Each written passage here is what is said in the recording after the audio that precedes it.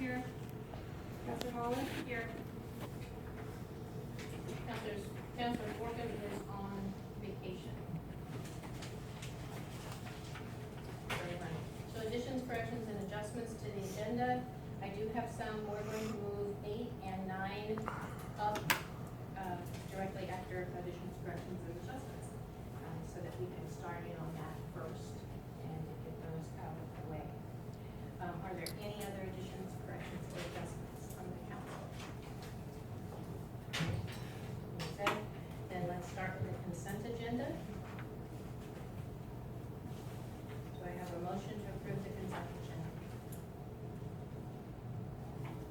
Counselor Whitney? I make a motion to approve the minutes from the June 6th, 2019 meeting. Do I hear a second? I'll second. Don Hadley? Yep. Okay. We're putting the recorder on.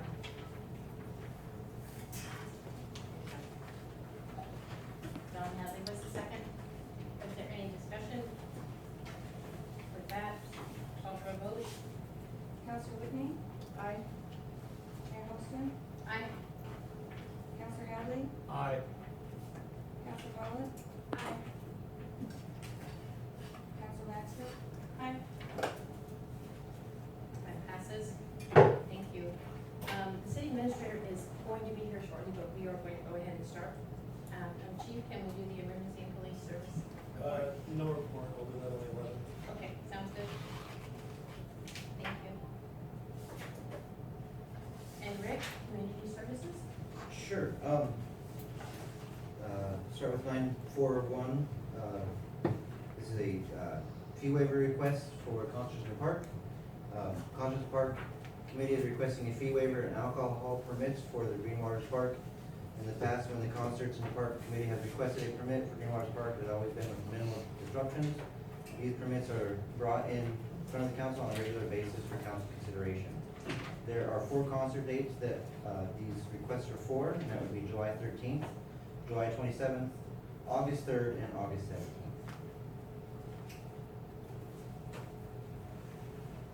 I have a motion.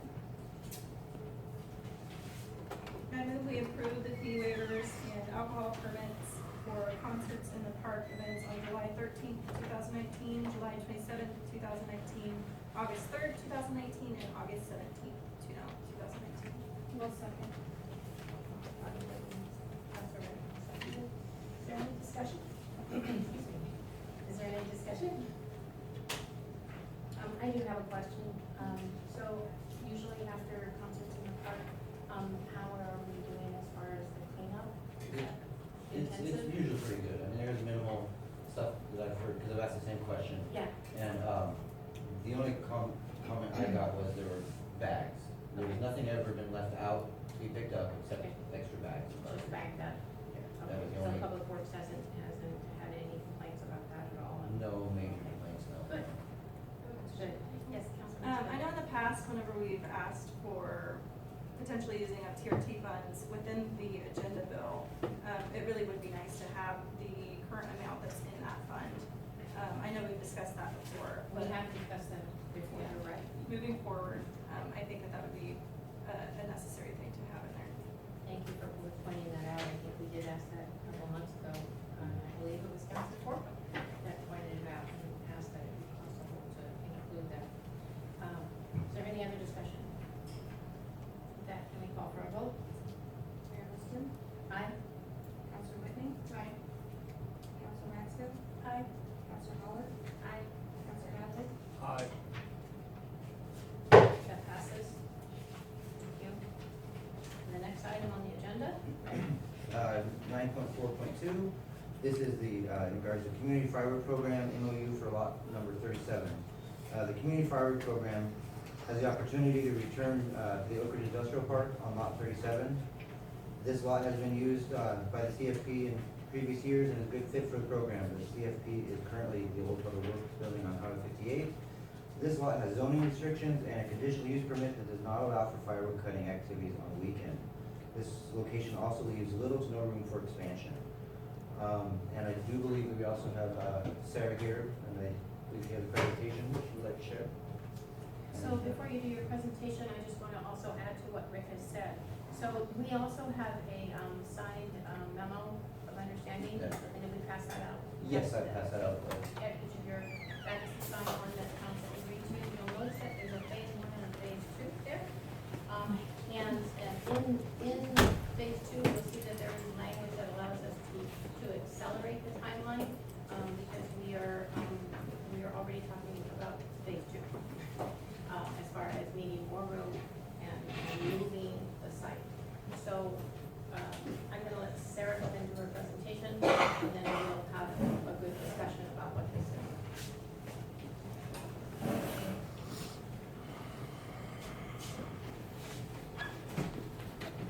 So I have about a 5-minute presentation to kind of get you guys caught up on where we're at with the firewood program, and then to talk about the opportunities that we are seeing coming here. And what we're asking for is about a 6-month acceleration on the phase 2 that's in the MOU. So it's not really a new MOU or anything, it's just accelerating a current timeline. Melissa, would you look at the lights and see if that's any better? Which one? How about all? Oh, there you go. Just that one on the wall. Yeah. Oh, there you go. It's looking like it's picking it up. Searching. Okay, there we go. Yay. Okay, good. Okay, so, the Community Firewood Program is a program that was started to provide a vendor here in Oakridge to sell dry season firewood to the community.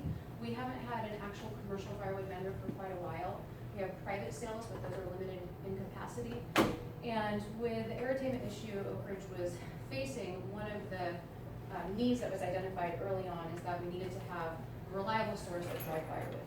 So the Southern Willamette Forest Collaborative and the work we do with the Forest Service and other partners, we saw opportunities to bring folks together and make this happen. So it started in 2015, and the main partners are the City of Oakridge and Inbound. Dylan wasn't able to be here tonight, but as part of our partnership, we are constantly working on all this stuff together. So I said I'd be happy to give the presentation. To date, the program's been operating with donations, both financial and in-kind.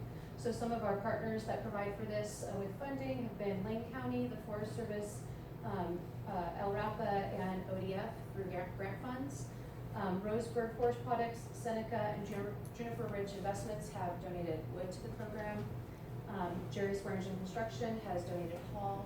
And then partners such as Lane Electric and LRAPA help us on our sale days.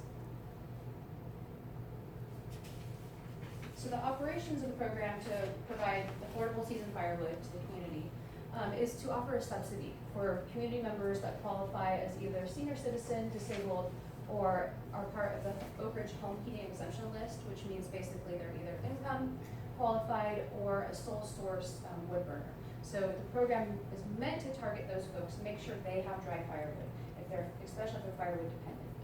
And then we do offer sales at the general price too. Processing is a process of coordinating, finding the wood, hauling it, and then getting it actually cut in firewood.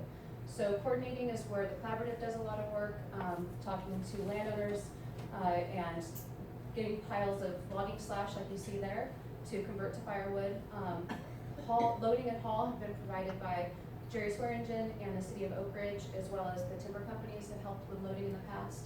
And then processing is done by inbound firefighters. So these are firefighters that would be laid off in the winter, but they've been able to work when there has been wood to process. And it's created 6 to 7 seasonal jobs in the 3 years it's been active. So sales and delivery, one of the things that the program offers is a chance to sit down and talk to the people that are buying the firewood and give them information about clean burning, but then also information about weatherization programs and then ductless heat pumps through Lane Electric and Light Heat. So that happens on our sale days, and then delivery is offered by Inbound and other partners in the past, or it can be picked up at the site. So the history of the program, it started in 2015. To date, we've sold 177 cords to 200 customers. The reason there's more customers is during the winter storm, the program actually served 40 people with quarter cords of wood to get them through that week, so that was a need that was fulfilled by the program. And 89% of the customers have qualified for the subsidized rate. And again, 6 to 7 seasonal jobs, and we see more opportunity in the future.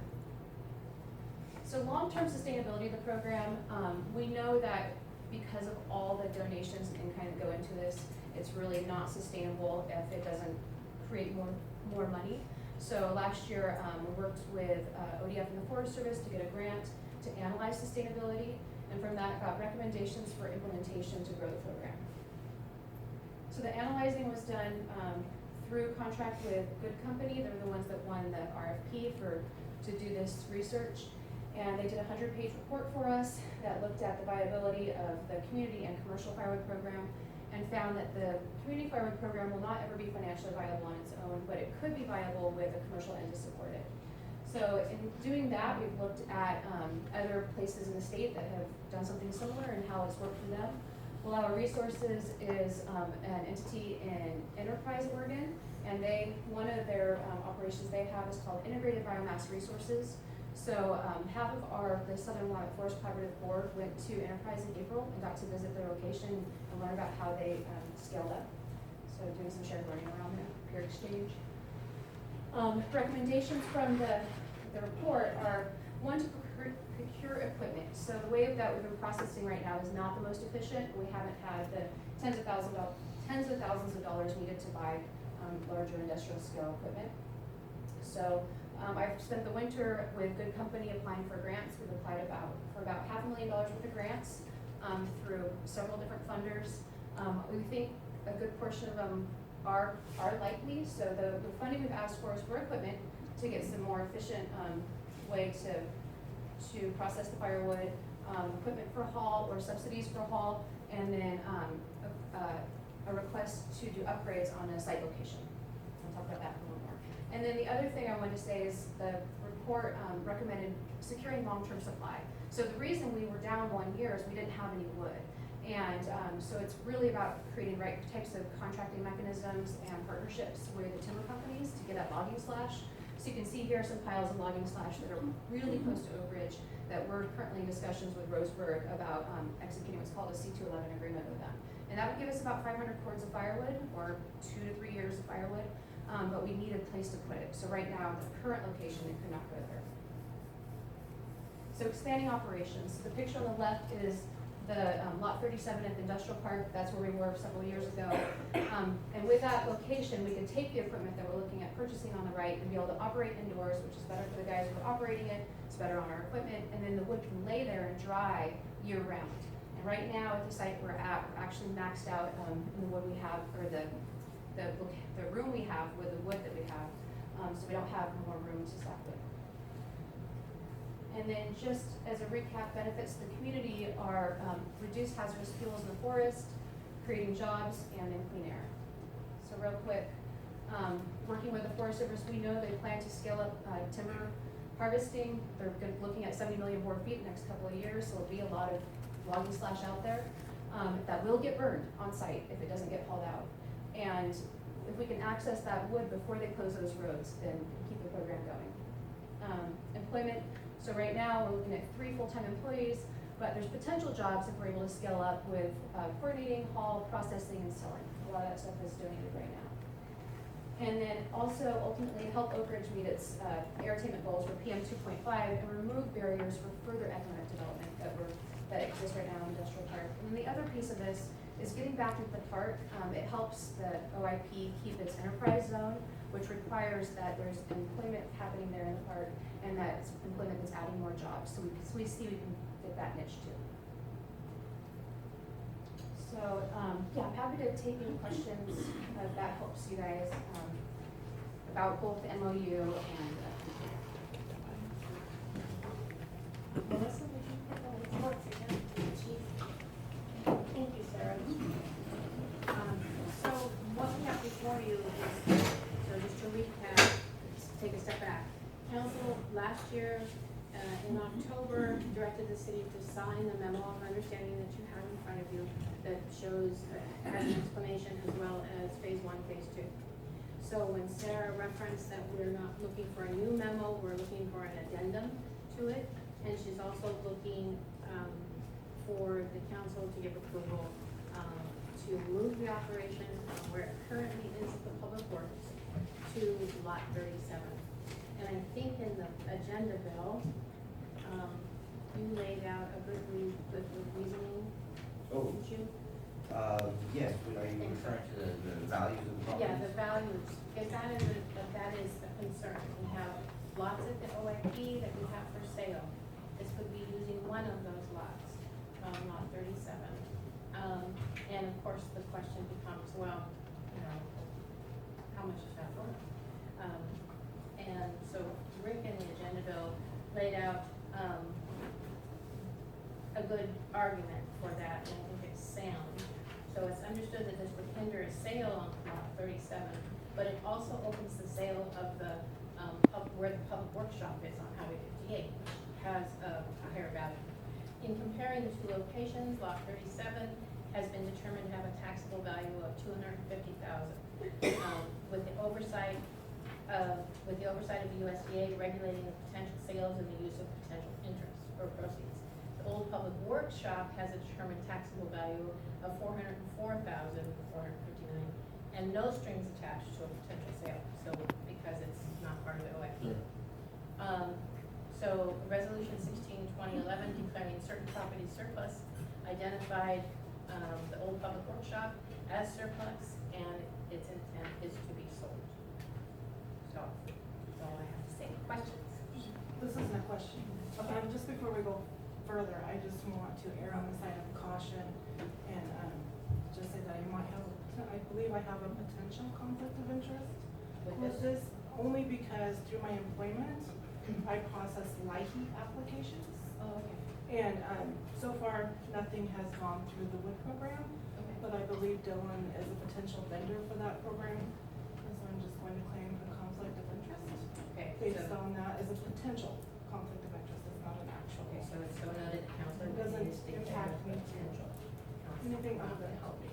And, Counselor Matthews. Yeah, so, I wrote this down, so Okay. it's gonna be long. Okay, so I would like to declare a potential conflict of interest.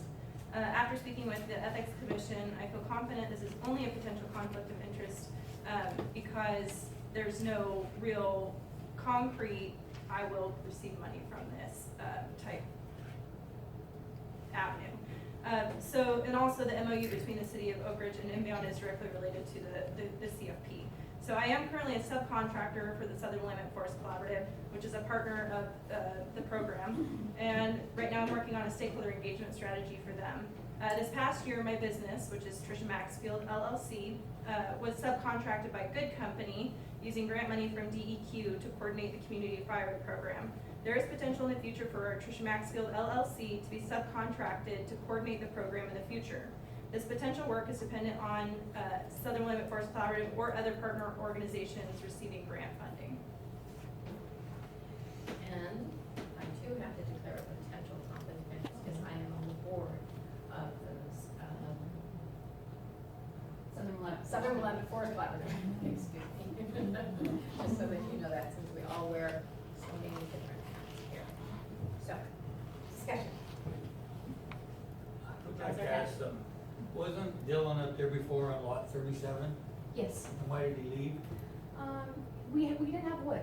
So we didn't have wood for a year, and in the interim in that year, a other business was going to move in there. They never ultimately did move in, but it kind of tied it up.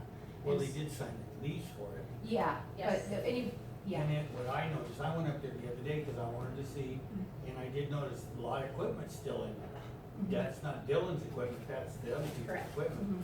So, That's correct. and don't we have some litigation possibly going on with him? Well, so I'm gonna let the city administrator answer that because she's more familiar with what the timing was for the letters.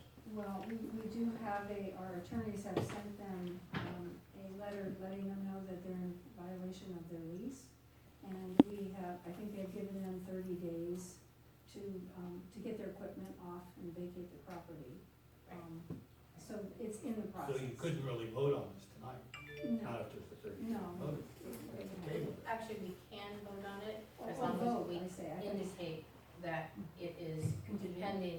contingent upon him vacating the property. So that council knows, so this company that indicated they were gonna put on a cedar and, what's in pole or cedar and shade, began the process.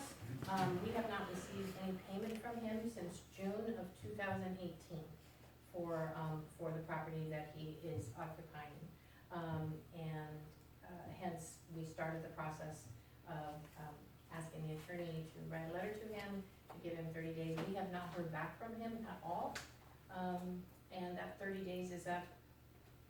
It's at the end of the month. It is at the end of the month.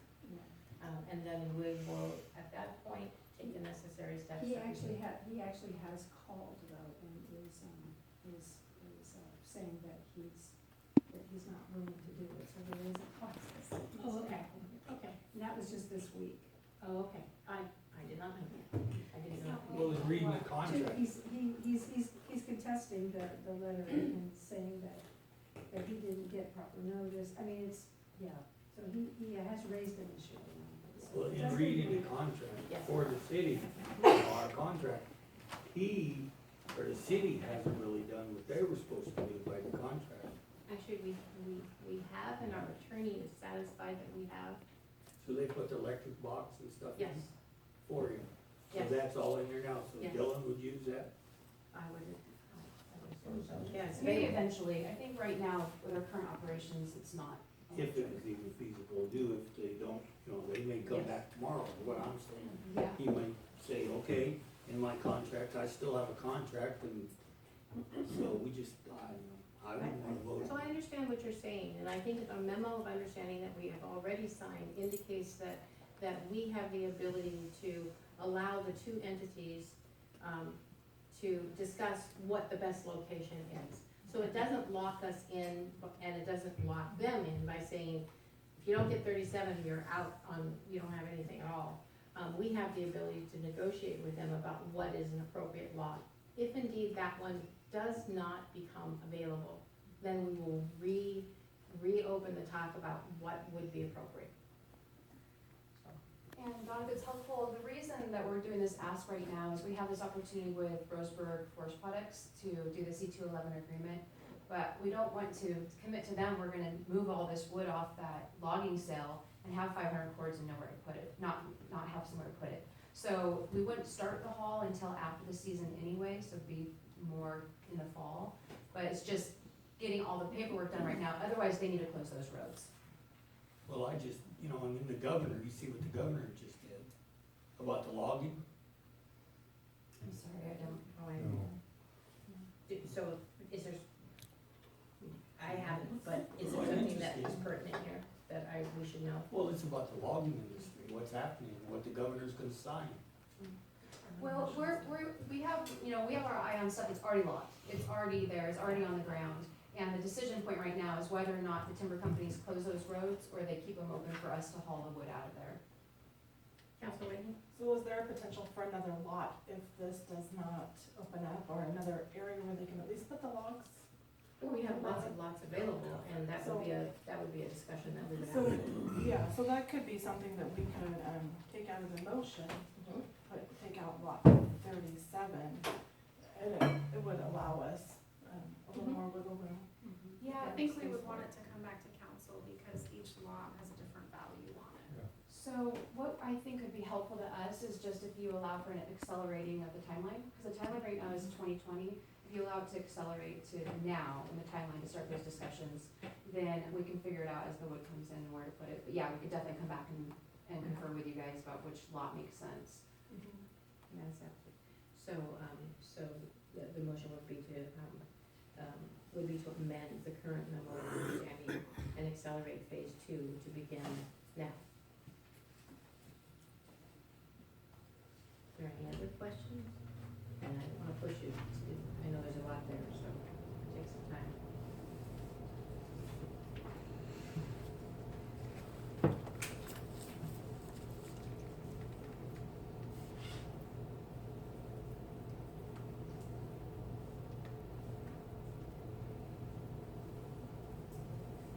I'll ask for questions again.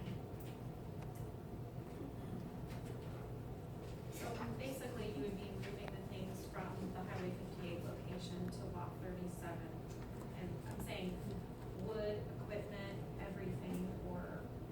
that's a good question, Chrissy. Actually, that wouldn't be the case. We think we'd sell out of the current lot, because it would be really expensive. Okay. Every time you touch wood, dollar value, Yeah. labor value is Absolutely. really high. There's a lot So, there. yep, and so right now, we think there's probably about 120 cords there, and start selling directly out of there. But there is wood sitting there at this point that I don't think it really can fit. So that would be a discussion if we move that or continue to process that. The one nice thing about that's really dry, so we can process it and just sell it from where it's at. So really, you're looking for a delivery spot for the stuff from Roseboro. Yeah. And I think it has always been the understanding, and I think there's a point in the phase one and phase two that talks about if at any time a lot that is being used becomes necessary to have, and a viable, ready for sale, then we would certainly work to move something. So the same thing with public works, we don't have any current offers on the public works lot. But if for some reason someone walked in and said, that's the perfect spot and I wanna buy it, we would work with them to get that. Yeah, just additional benefits for you guys to know is that we did request $85,000 from a grant we should find out in August for site improvements. So that would be improvements on city property if this goes forward, so.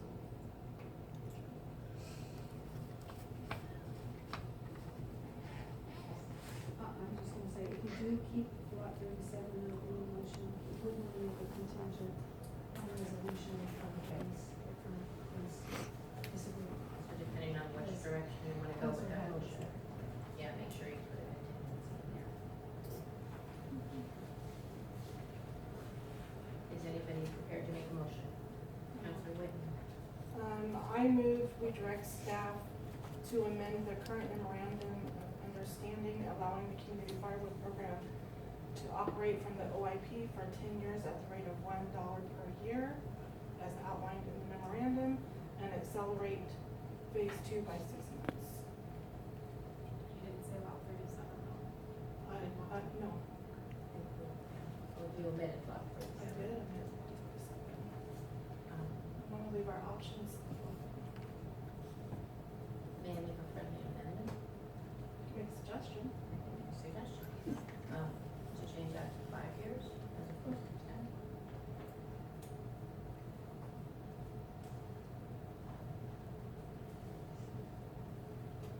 So why are you suggesting that? Because the memorandum of understanding does say 10 years. Because there may be, new developments, we can always extend it another 5 years. But, I personally think 5 years is a much more reasonable time to see what direction it is going and giving us the ability to reevaluate after 5 years, to see how the success is moving forward on the project. I feel comfortable with that, I really do. So can I amend that without a second? You can take it on, Okay, what? you can change your motion. I can amend my motion without a second. I can do that.